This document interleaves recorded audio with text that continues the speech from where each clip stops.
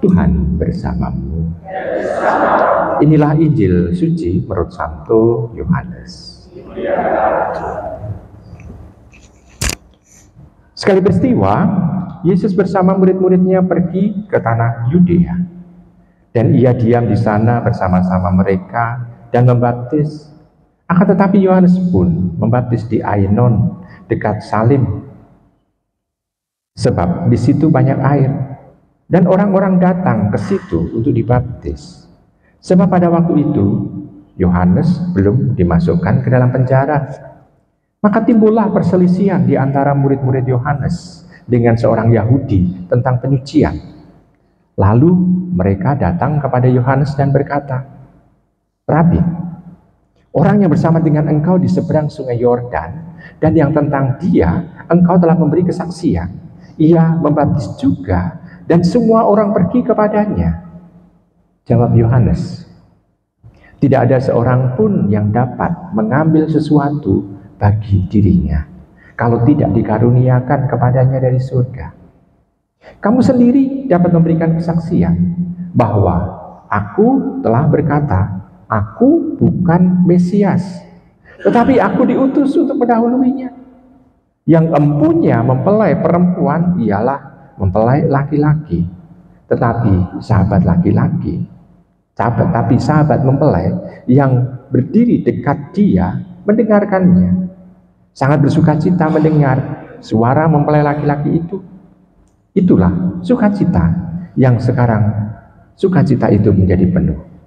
Ia harus menjadi makin besar, tetapi aku harus makin kecil." Demikianlah sabda Tuhan.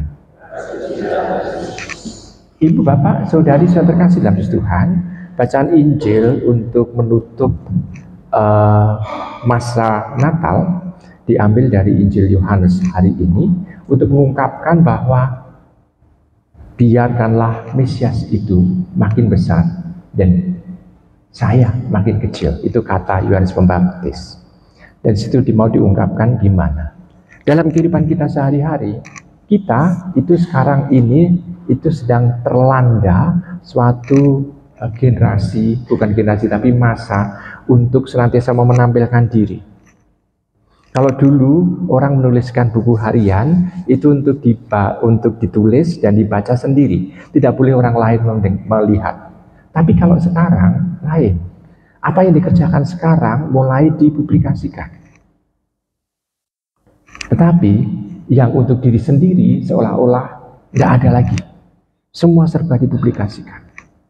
Nah, kalau demikian kita bisa melihat bahwa orang zaman sekarang lebih cenderung untuk mau menampilkan dirinya.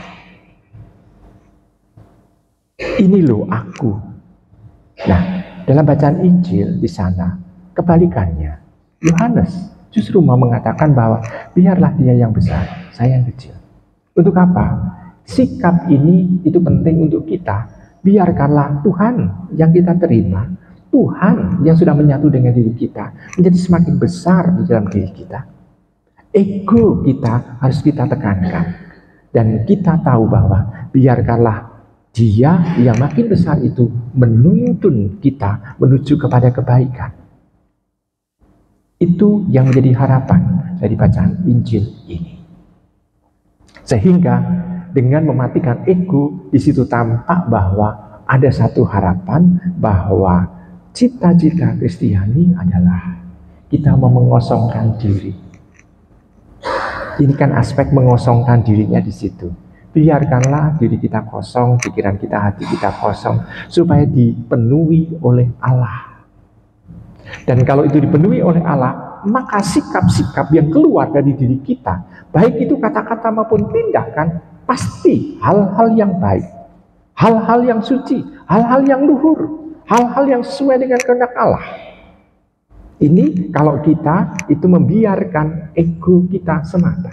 Tetapi kalau ego itu kita biarkan liar di dalam diri kita, hidup dalam diri kita, maka yang dicari adalah kenyamanan, kesenangan pribadi, lalu tidak ragu-ragu untuk juga menindas orang lain nantinya.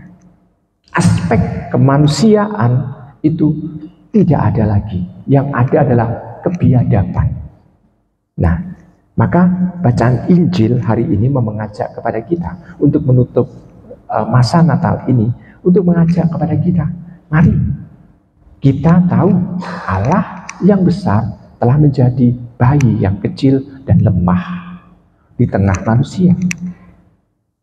Biarkanlah dia bertumbuh besar, dan kita seolah-olah meletakkan bayi itu di dalam pikiran dan hati kita.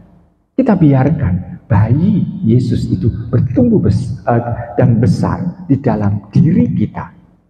Dan kita membiarkan dia untuk mengatur diri kita.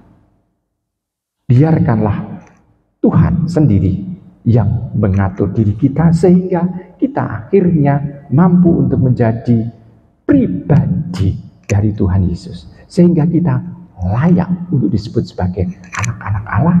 Kita layak disebut sebagai orang pengikut Tuhan. Kenapa? Karena identitas yang ada dalam diri kita ini seolah-olah identik dengan Tuhan Yesus. Maka ibu bapak, saudari-saudari kasih, maka mari kita bersama-sama mencoba untuk mengalahkan diri kita, mengosongkan diri kita demi Tuhan, untuk berjaya dan merajai di dalam hidup kita sehari-hari. Selamat merenungkan.